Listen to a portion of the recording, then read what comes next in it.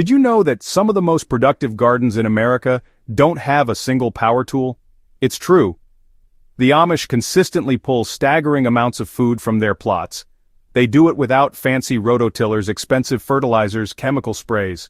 People see their bountiful harvests and assume it must be back-breaking work from dawn till dusk. But that's the big misunderstanding. The Amish don't work harder, they work smarter. They have perfected a system over generations that partners with nature's cycles instead of fighting against them. It's a dance of soil-plant seasons that anyone can learn. Their whole approach is built on a foundation of simple, repeatable principles. They view the garden not as a factory but as a living system, an ecosystem in miniature. Every single thing they do is designed to enhance that system's health, not just to prop up a plant for one season. This means less frantic effort and more thoughtful observation. Let's dig into how they do it. The number one rule in an Amish garden is this: feed the soil. Don't just feed the plant. Modern gardening often focuses on giving plants a quick shot of liquid fertilizer, like hooking them up to an IV drip. It works for a little while, but the plant becomes dependent and the soil gets weaker. The Amish take the opposite approach. They create deep, dark, crumbly soil teeming with life. This living soil acts like a pantry, slowly releasing nutrients exactly when needed. It starts with compost and manure, kitchen scraps, yard trimmings, fallen leaves, animal manure from their livestock.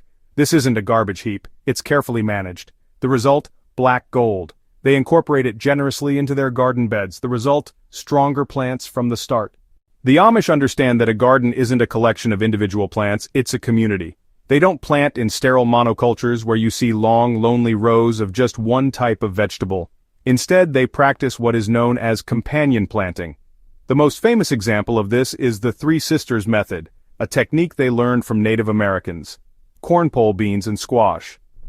The tall, sturdy corn provides a natural trellis for the beans to climb. The beans are legumes. They pull nitrogen from the air and fix it in the soil.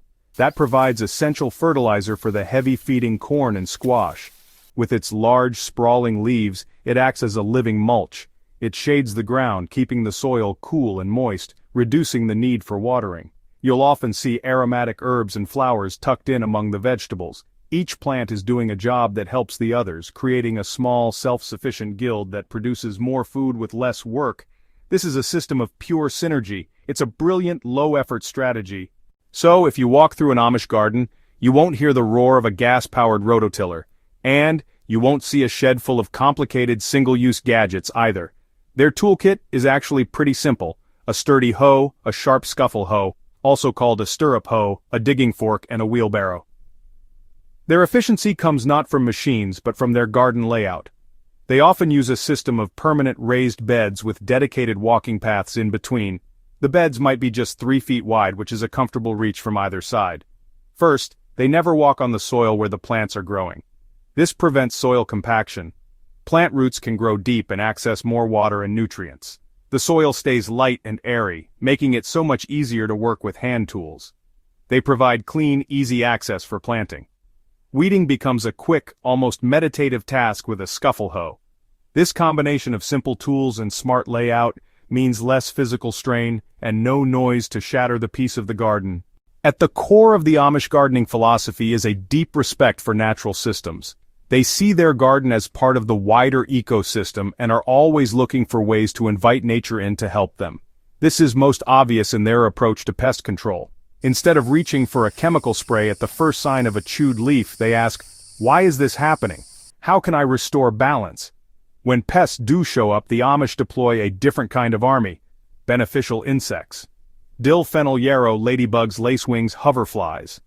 Another powerful, low-tech strategy they employ is crop rotation. For example, a bed that had tomatoes, a nightshade, one year might have beans, a legume, the next, followed by broccoli, a brassica, the year after.